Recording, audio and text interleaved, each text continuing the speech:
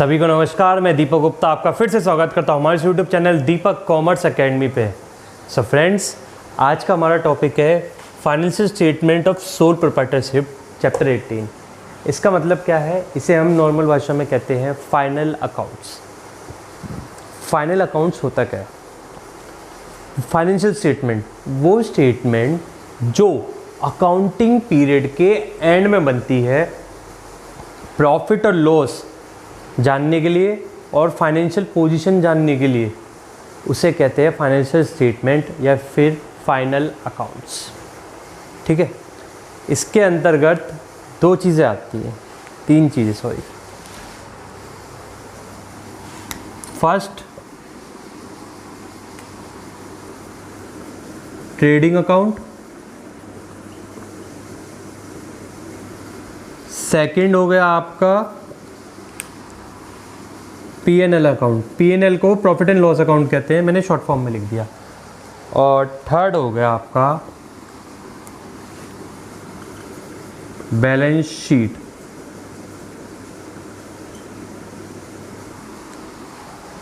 अब इस चैप्टर में जो फाइनल अकाउंट्स बनेंगे ये तीन चीज़ें आएंगी।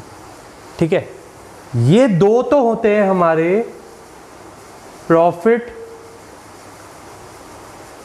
और लॉस के लिए, जानने के लिए कि कितना होता है ड्यूरिंग अकाउंटिंग ईयर, कितना प्रॉफिट है कितना लॉस हुआ है। और ये किस लिए होती है? हमारी फाइनेंशियल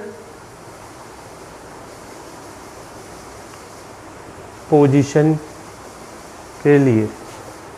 ठीक है, अब इसके अंतर्गत ये तीन चीज़ें बनाई जाती है फाइनल अकाउंट्स के अंदर। अच्छा, ये बनाई किसके बेसिस पे जाती हैं? एक वर्ड है ट्रायल बैलेंस।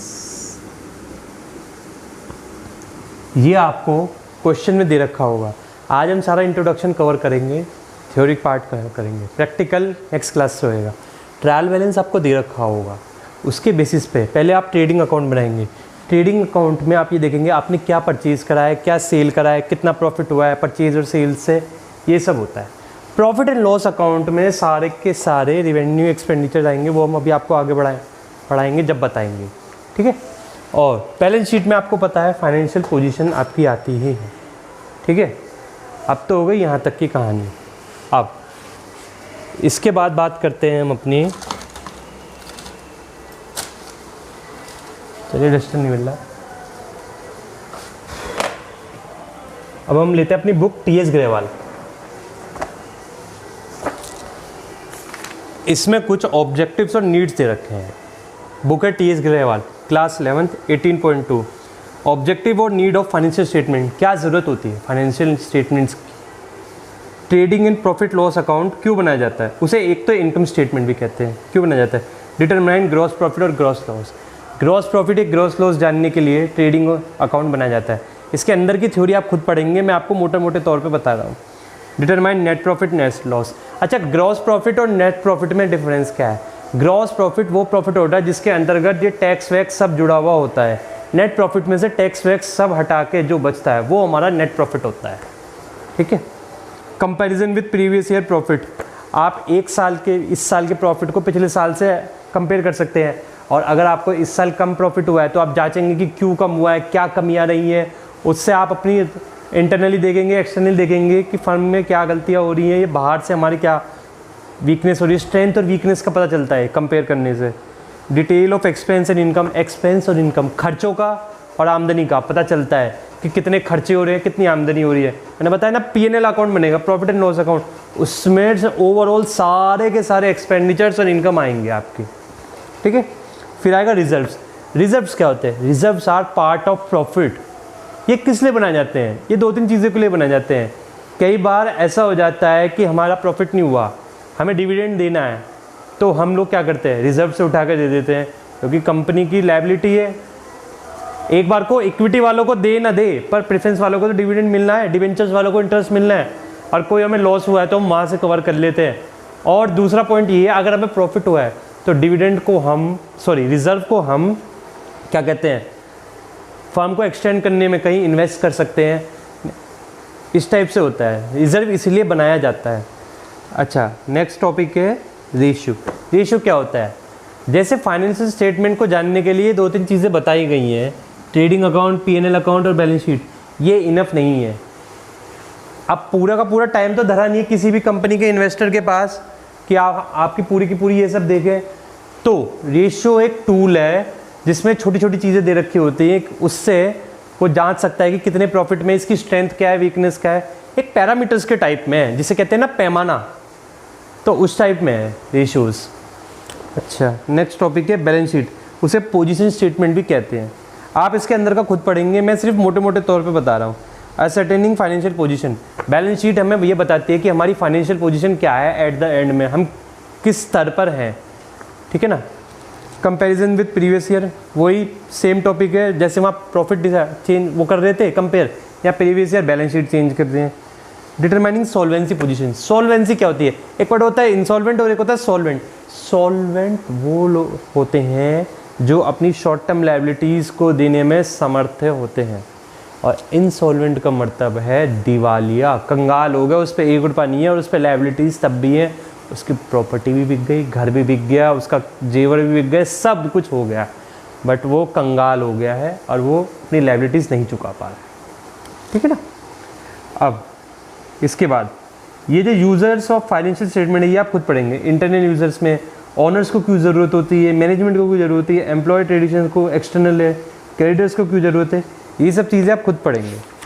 मैं ये वाला टॉपिक बता रहा हूँ, classification of capital and revenue items, ठीक है ना। अब जैसे जैसे हमारा ट्रायल बैलेंस बनता है, इसके हिसाब से ही बता रहा हूँ। ट्रायल बैलेंस बनेगा तो उसमें क्या कहते हैं, ट्रेडिंग अकाउंट बनेगा, पीएनएल बनेगा और बैलेंस शीट बनेगी, ठीक है। जो आइटम्स रिवेन्यू के होंगे, किसके होंगे? आपके रिवेन्यू के, ठीक है, वो ट्रेडिंग और पीएनएल में आएंगे। रिवेन्यू एक्सपेंडिचर, अभी बताऊंगा रिवेन्यू एक्सपेंडिचर और कैपिटल एक्सपेंडिचर क्या होते हैं। और जो आइटम्स कैपिटल एक्सपेंडिचर के होंगे वो इसके अंतर्गत आएंगे, सिर्फ और सिर्फ बैलेंस शीट के अंतर्गत। कैपिटल एक्सपेंडिचर, ठीक है, ये रिवेन्यू है, ये कैपिटल एक्सपेंडिचर। अब इन दोनों की बात कर लेते हैं हम। कैपिटल एक्सपेंडिचर, इन्होंने बोल रखा है capital expenditure is the amount incurred by enterprise normally on purchase of fix asset. Fixed assets are used in business to earn income and are not intended for resale. Fixed asset may be tangible or intangible. Capital expenditure वो expenditure होते हैं जो long term के लिए होते हैं, ये short term के लिए नहीं है। अब आप कोई मशीन खरीद के लाए अपनी फर्म के लिए, तो ये थोड़ी है कि साल भर यूज़ करी, 2 साल यूज़ करी, आप उसे आज ही बेच देंगे, कल भर तो बेच देंगे। वो हम बहुत लॉन्ग टाइम के लिए लाते हैं, 10 साल, 20 साल, 30 साल, ताकि वो प्रोडक्टिविटी दिखाती रहे। अगर इन केस मार्केट में कोई नई चेंजेस आती, चेंज इन टेक्नोलॉजी आती, तब हम उसे रिप्लेस करते हैं, कुछ नया फैशन आ जाता है, नहीं तो हम उसे लगाए रखते हैं, ठीक है ना। तो इस टाइप के जो खर्चे होते हैं वो होते हैं आपके कैपिटल एक्सपेंडिचर, जिससे हम इनकम जनरेट कर रहे हैं। मैं एक मशीन लेके आता हूँ, ठीक है, वो मेरे लिए कुछ ना कुछ प्रोडक्ट बना रही है, तो मेरी इनकम जनरेट हो रही है ना, 10-20 साल चला ली, एंड में भी वो बिकेगी, बट वो 20 साल तक चलने के बाद बिकी, तो उसने मुझे इनकम कमा के दी, तो वो मेरी कैपिटल जनरेट हुई, ठीक है, पर वह एक्सपेंडिचर तो है ना जो मशीन पे हुआ। अब कैपिटल एक्सपेंडिचर किस किस टाइप के होते हैं? Expenditure incurred on acquisition of fix asset, fix asset पे जैसे land, building, machinery, furniture, motor vehicle. भाई लैंड और बिल्डिंग है, आप लेके किराए पे डाल दो, ठीक है, कैपिटल इनकम बढ़ेगी। मशीनरी है, आप अपनी प्रोडक्शन कर लो, ठीक है। फर्नीचर है, फर्नीचर का आप कुछ भी यूज़ कर लो, जैसे आपका अपना टेंट का काम है उसमें लगा लो। मोटर व्हीकल है, कार ले लो, बाइक ले लो, आप ओला में लगा लो, उबर में लगा दो, आप लेके डाल दो, बहुत से लोग करते हैं, इनकम का सोर्स जनरेट होएगा और वो हैंड टू हैंड तो नहीं बेचेंगे, ठीक है ना। Expenditure for the extension of improvement of fix asset, ठीक है। अब आपके पास एक मूवी थिएटर के मालिक हो, ठीक है, अब उसमें सिटिंग है 200 बंदों की। अब आप चाहते हो कि आपके 200 के हिसाब से आपको 100 रुपये की टिकट है फॉर एग्ज़ाम्पल, तो आपकी 20,000 की सेल है एक दिन की, एग्जाम्पल के लिए ले रहा हूँ, ठीक है।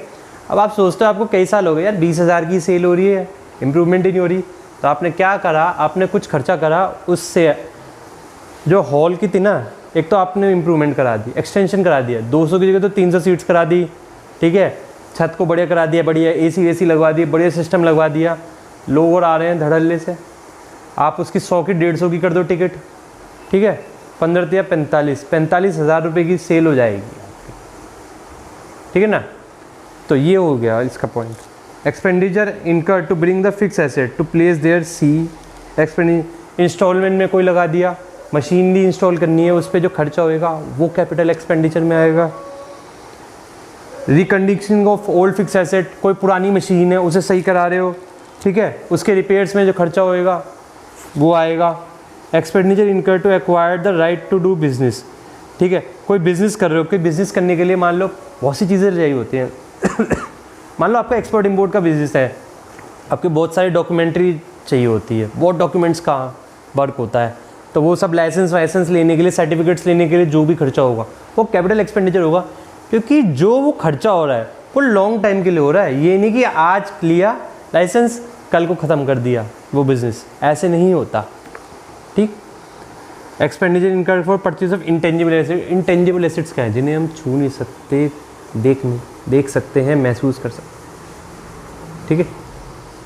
इंटेंजिबल जैसे गुडविल हो गई, अब मार्केट में किसी का नाम है, for example Hiralal and sons, ठीक है, नाम तो है ना, मिठाई के नाम पे है, या अग्रवाल बेकरी हो गई, अग्रवाल स्वीट्स हो गई, बहुत जगह होती हैं, ठीक है, नाम से बिकता है। हल्दीराम एक गुडविल है, एक मतलब रेपुटेशन है मार्केट में कि इसका प्रोडक्ट अच्छा होगा ही होगा। क्या है वो बिल्कुल थर्ड क्लास बनाया, मैं बुराई नहीं कर रहा हूँ, बट मैं एक बात बता रहा हूँ, क्या वो इनकेस कई बार सीज़न में ऐसा हो जाता है कि ग्राहक ज़्यादा होते हैं, फेस्टिवल टाइम पे माल ख़राब बन जाता है, नहीं पता चल पाता है किसी चीज़ की वजह से, बट लोग उसी से ही लेंगे, किसी नए शॉपकीपर से नहीं लेंगे, क्योंकि उस पर ट्रस्ट है, उसकी गुडविल है इतने सालों की। पेटेंट्स हो गए, ट्रेडमार्क हो गए, कॉपीराइट हो गए। पेटेंट होता है किसी भी आपने इन्वेंशन करी उस चीज़ के लिए पेटेंट होता है। पेटेंट की कोई भी जो आपकी दिमाग की उपज है। कॉपीराइट आपने कुछ भी लिखा, आपने कुछ भी, जैसे आपने थीसिस लिखी, कॉपीराइट होता है वो कि आपने मतलब ये आपने लिखा है, अब इसे कोई और कॉपी नहीं कर सकता। ये सबसे ज़्यादा पीएचडी में होता है। इसे उस कॉपी करने के प्रोसेस को प्लेगरिज्म कहते हैं। ट्रेडमार्क, अब ट्रेडमार्क सबको पता ही होगा, मार्क ट्रेड सिंबल है, जैसे ऑडी के हैं वो 4 छल्ले से हैं, वो उसका ट्रेडमार्क हो गया। लोगो भी कह देते हैं, ठीक है। अलग अलग कंपनी के अलग अलग ट्रेडमार्क्स होते हैं, उन्हें कोई कॉपी नहीं कर सकता, जो उनका हो गया वो वही रहेगा। लीगल एक्सपेंसेस फिक्स एसेट पे अब आ जाते हैं revenue expenditure. Revenue expenditure is the expenditure of benefit which consume और exhausted within the accounting period. ये शॉर्ट टर्म के लिए होता है, उसी अकाउंटिंग पीरियड में, मतलब साल भर के अंदर अंदर ही कंज्यूम कर लिया जाता है। कैसे देखते हैं। Expenditure on day to day running of business, भाई रेगुलर बिजनेस करने के लिए वेजेस लगते हैं, रेंट्स लगते हैं, रिपेयर्स होती है, सैलरीज देनी पड़ती है, ये हो गया। फ्यूल हो गया, टिफिन एक्सपेंस हो गया, अलाउंसेस हो गया, ठीक है। Expenditure incurred for repair and maintenance of fix asset, आपकी मशीन ख़राब हो गई है हर महीने की, ये मान के चल लो फिक्स एसेट पे छोटा मोटा खर्चा होता ही रहता है, तो वो हो गया। Expenditure incurred on purchase of stock of material and goods, भाई आपको रॉ मटेरियल लेना पड़ेगा किसी फिनिश प्रोडक्ट बनाने के लिए, वो हो गया। डेप्रिसिएशन हो गया, ठीक है जी। अब एक चीज़ मैंने आपको बताई दी थी, इन दोनों का जो ट्रीटमेंट होता है वो होता है रिवेन्यू एक्सपेंडिचर, और जो इसका ट्रीटमेंट होता है वो होता है बैलेंस शीट के, इसका ट्रीटमेंट बैलेंस शीट के हिसाब से होगा। इसी के साथ आपका जो थ्योरेटिकल पोर्शन था वो ख़त्म हो गया। इन दोनों का आगे बिजनेस वो भी दे रखा है difference. Capital expenditure incurred for fix asset use in business, और revenue for running of business के लिए। इट इंक्रीजेज अर्निंग कैपेसिटी, ये अर्निंग कैपेसिटी बढ़ाता है। It increases profit, revenue expenditure profit बढ़ाता है। Period, capital expenditure more than 1 year, वही बात आ गई लॉन्ग टर्म के लिए, और वो लिखा है it is use in with in year, ठीक है। कैपिटल एक्सपेंडिचर डेबिट साइड होता है एसेट अकाउंट में, और ये एक्सपेंस अकाउंट में डेबिट साइड होता है, ठीक है। कैपिटल एक्सपेंडिचर एसेट अकाउंट है और ये एक्सपेंस अकाउंट है, ठीक है। इनके दोनों के नीचे एग्जांपल्स भी दे रखे हैं। इसी के साथ आपकी थ्योरेटिकल पार्ट ख़त्म हो गया फाइनल अकाउंट्स का। अगर किसी को कोई प्रॉब्लम आई हो तो नीचे कमेंट करेगा। नेक्स्ट क्लास से हम इसका प्रैक्टिकल पोर्शन चालू कर देंगे बहुत अच्छे से। इसमें मुझे बस 2-3 क्वेश्चन कराने हैं, आपका ये पूरा चैप्टर ख़त्म। और इससे आगे एक और है, इसका सेकंड पार्ट है, उसके बाद आपका ये 11th क्लास की complete. Thank you so much.